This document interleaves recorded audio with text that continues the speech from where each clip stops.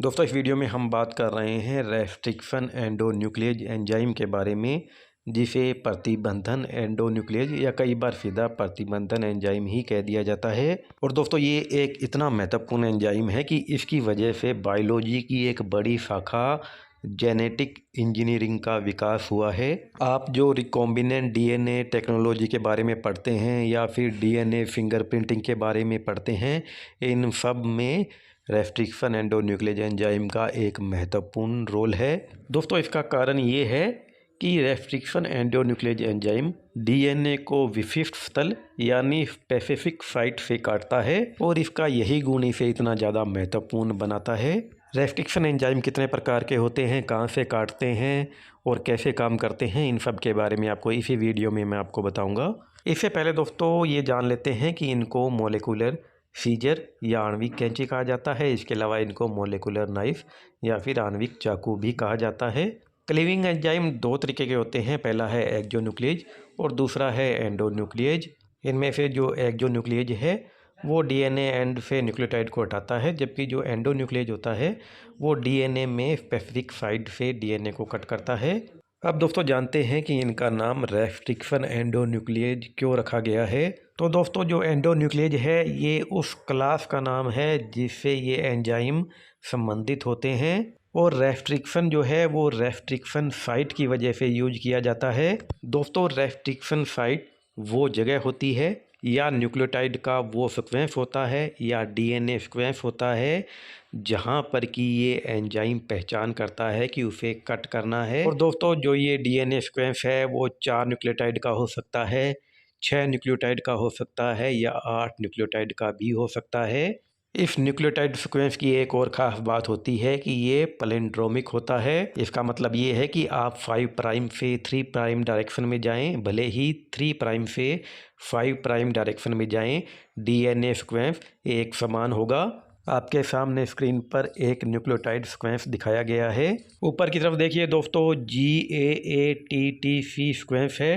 नीचे की तरफ आप दूसरी डायरेक्शन में जाएंगे तो भी GAATTC सीक्वेंस है। दोस्तों इस न्यूक्लियोटाइड सीक्वेंस को जो रेस्ट्रिक्शन एंडोन्यूक्लियेज पहचानता है उसका नाम है EcoR1, जिसे कुछ लोग EcoRI भी कहते हैं, लेकिन इसका सही नाम EcoR1 है। दोस्तों ये EcoR1 काटता कहाँ से है वो भी आपको बता देता हूँ। ये G और A यानी गुआनिन और एडेनिन के बीच में से काटता है, लेकिन इसका बिल्कुल ये मतलब नहीं है कि ये डीएनए में कहीं पर भी जाकर गुआनिन और एडेनिन के बीच में से काट देगा। इसके लिए ये सीक्वेंस होना पहले ज़रूरी है, उसके बाद में ये गुआनिन और एडेनिन के बीच में से काटेगा। दोस्तों रेस्ट्रिक्शन एंडोन्यूक्लियेज एंजाइम दो तरीके के होते हैं। पहले तरीके के वो एंजाइम होते हैं जो कि कट करने के बाद में स्टिकी या फिर फ्री एंड पैदा करते हैं। इसका बेहतरीन एग्जाम्पल EcoR1 है। ये क्या करते हैं दोस्तों कि ये जो पैलिंड्रोमिक साइट होती है उसके सेंटर से कट नहीं करते हैं, ये थोड़ा साइड में जाकर कट करते हैं। दूसरा जो टाइप है वो उन रेस्ट्रिक्शन एंजाइम का है जो कि ब्लंट एंड या फिर नॉन स्टिकी एंड पैदा करते हैं, और ये बीच में से कट करते हैं जिससे कि ब्लंट एंड या फिर नॉन स्टिकी एंड बनते हैं। दोस्तों ये रेस्ट्रिक्शन एंडोन्यूक्लियेज एंजाइम विभिन्न जीवाणुओं यानी कि बैक्टीरिया से प्राप्त होते हैं। जैसे कि दोस्तों EcoR1 जो कि सबसे ज़्यादा फेमस है, ये ई कोलाई बैक्टीरिया से प्राप्त होता है। HIND3 जो है वो हीमोफिलिस इन्फ्लुएंजी से प्राप्त होगा। BAM1 बैसिलस एमाइलो लिक्विफेंसियस से प्राप्त होता है। इसके अलावा HAE3 की बात करें तो ये हीमोफिलस एजिप्टियस से प्राप्त होता है। अब जानते हैं कि रेस्ट्रिक्शन एंडोन्यूक्लियेज के नाम कैसे रखे जाते हैं, यानी इनका नोमेनक्लेचर कैसे होता है।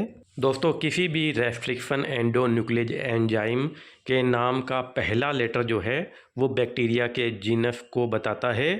दूसरा और तीसरा लेटर जो है वो बैक्टीरिया की स्पीशीज को बताता है। नाम का चौथा लेटर जो है वो बैक्टीरिया के स्ट्रेन को बताता है, और नाम के साथ में जो रोमन नंबर होता है वो ये बताता है कि जो ये एंजाइम है वो बैक्टीरिया से किस ऑर्डर पर आइसोलेट किया गया है। जैसे कि एक बैक्टीरिया से कई प्रकार के रेस्ट्रिक्शन एंडोन्यूक्लियस एंजाइम प्राप्त किए जा सकते हैं।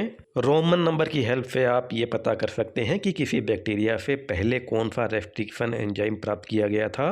दोस्तों, अगर ये वीडियो आपको अच्छा लगा हो तो वीडियो को लाइक कर शेयर करना बिल्कुल मत भूलिएगा।